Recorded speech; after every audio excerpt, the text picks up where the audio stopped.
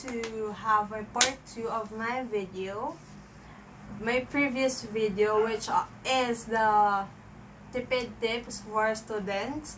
Before that, before we continue, I'm going to say thank you to my friend for giving me this pill for today's video. So, these top 5 are the things that are really applicable to me, and there.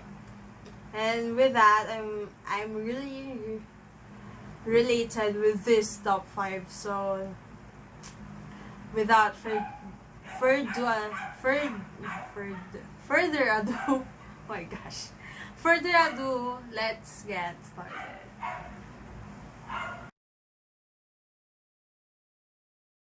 So, for the first tip, always remember to prioritize your savings rather than spending.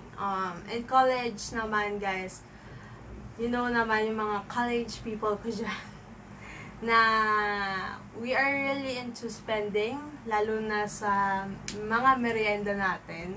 Sa mga fishball, ganon, kahit 2 pesos lang yan, it is really part of our baon. And ayun, let's say that we eat 5 fishball, speedball at a moment. So, 10 pesos na yun. Eh, syempre, may quick pa, which is parang 4 pesos for whatever, 15? I don't know. I forgot the price range, pero there, kahit ganun lang siya kababa or kamura, I really know na talagang makakatulong siya para sa savings natin. So, hangga't maaari, I really don't spend for that much of merienda kasi ayun, sobrang laking bawas niya sa akin, and may mabibili pa siyang mga bagay na important. That's why I would like to share to you guys, when I was going to school before the quarantine, what I did was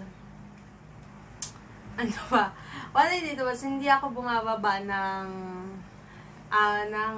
building ko para magmerienda or what.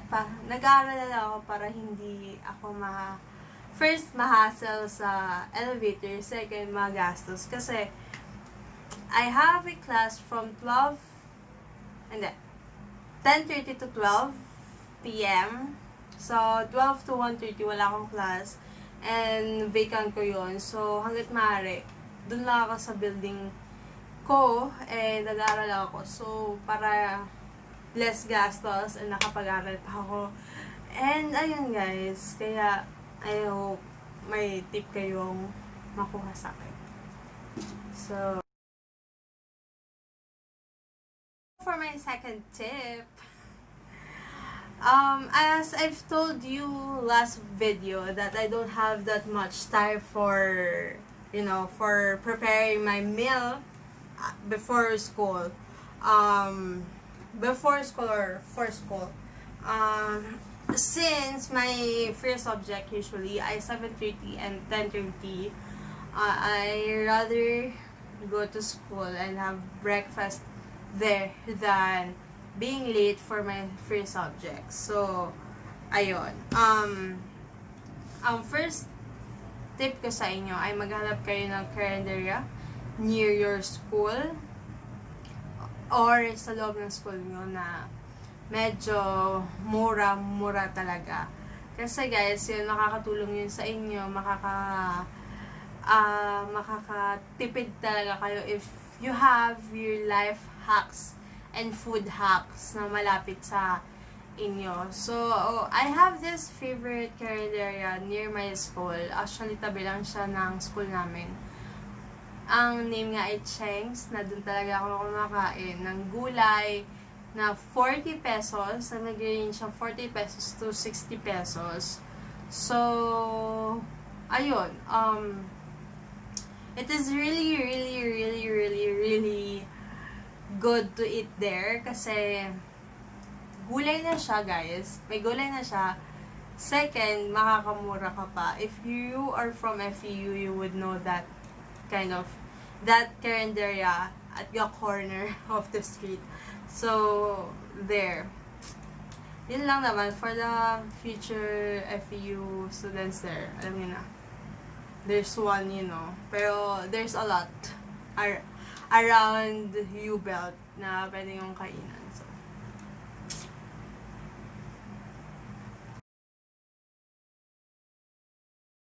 So, ayun guys, for my third tip, I'm going to tell you na this is really very, very applicable to us students, lalo na if nagko-commute kayo and nagagala kayo. So, always separate your pamasahe from your baon of the day kasi first and foremost, guys, ayaw natin na ma-short yung pamasahe natin. Second, ayaw din naman natin na mahalo ang ating pamasahe sa ating baon. Kasi, guys, ang back lesson dyan, ayaw natin na, if mawala yung buong pera natin, at least makakauwi tayo sa bahay natin. Diba? Gets niyo ba ako? Gets niyo ako? Basta yun. I have 70 pesos sa aking pamasahe na nakalaan sa doon, pamasahe.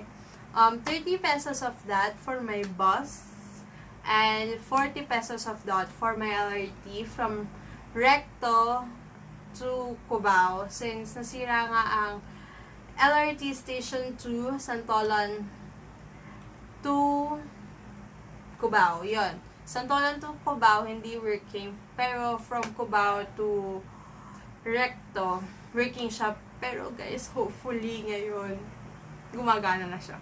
Pero anyway, yun nga.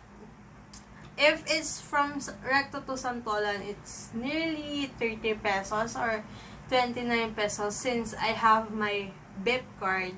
So, there. 30 pesos is for the bus, 15 going to Cubao, and 15 pesos going to our home. So, hinihiwalay ko yon and sobrang laki na natitipid ko and hindi nawawala yung mga piso-piso na aking nilalaan for my commuting. Most especially sa bus, guys, kailangan nila ng mabilisang transaction kasi from Santolan to Cubao, sobrang dali lang nun. So, ang ating coins ay sobrang halaga. Gets nyo ba yun? Kung may mawala man sa kanila, wala na. Tayo may lalabas. Gets nyo yun, guys? Basta. There. My fourth tip. This is really, really, really applicable to all of us. How do I start with this? Huwag kayong ma-addict or mahihilig sa online shopping. There. So, this is applicable to me kasi I online shopped makeups before the quarantine period because I was really paranoid na maubos na yung mga makeups ko and stuff like that. And oh my gosh, guys, hindi ko inakala na magka-quarantine, hindi ko sila magamit ngayon. So, doon mo ma-realize na parang hindi pala siya masyadong maganda, no? Pag nag-online shopping tayo ng mga bagay na at the end, pagsisisihan natin kasi hindi natin siya magamit. Yung mascara ko, natuyo na siya. I was really trying to apply it Hindi ko alam kung halata. Pero I applied it. Natuyo na siya. Halos, hindi ko alam kung paano siya mag-liquidize ulit. Pero I'm going to search that on YouTube or on the internet. So, there. Sayang yung pera ko nung una sa lahat. Sayang yung paghihintay ko. Pangalawa sa lahat. Sobrang weird talaga. Pero, ayun guys, huwag kayong mag-online shopping ng hindi nyo kailangan. Kasi andyan na yung mga items na ating binili, pero we cannot do anything about it. And doon natin marirealize na hindi pa natin siya kailangan. So, there. So, I'm down to my last tip, guys. My last and fifth tip for you. Yung tip na to, hindi lang ako yung makatutulungan nito. Sobrang, wow, nung na-experience ko tong tip na to, sobrang laki ang discount. Ang tip natin ay, if your course have a lot of books or requires you to buy a lot of books, I suggest that you will buy your books secondhand. And I know naman na maraming sa inyo nagbabay ng secondhand, pero for those na syempre nag-aano din, for first hand pa rin sila, I suggest you guys ask your other years or higher years for this books na meron kayo sa inyong course. My course is really one of those course na kailangan ng libro, maraming libro. Lalo na sa isang major ko, which is the Introduction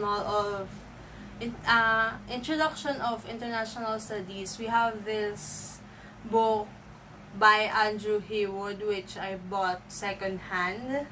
And there. So, sobrang nakatipid ako kasi 3,000 pesos siya. I think I bought it like 1, 2 lang. So, there. Sobrang mura niya. So, there guys.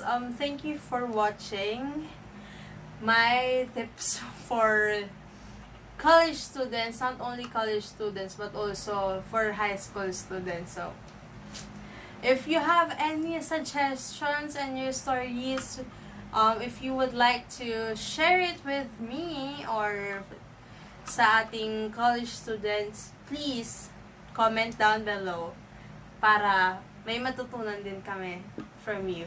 So, thank you and see you next time, guys.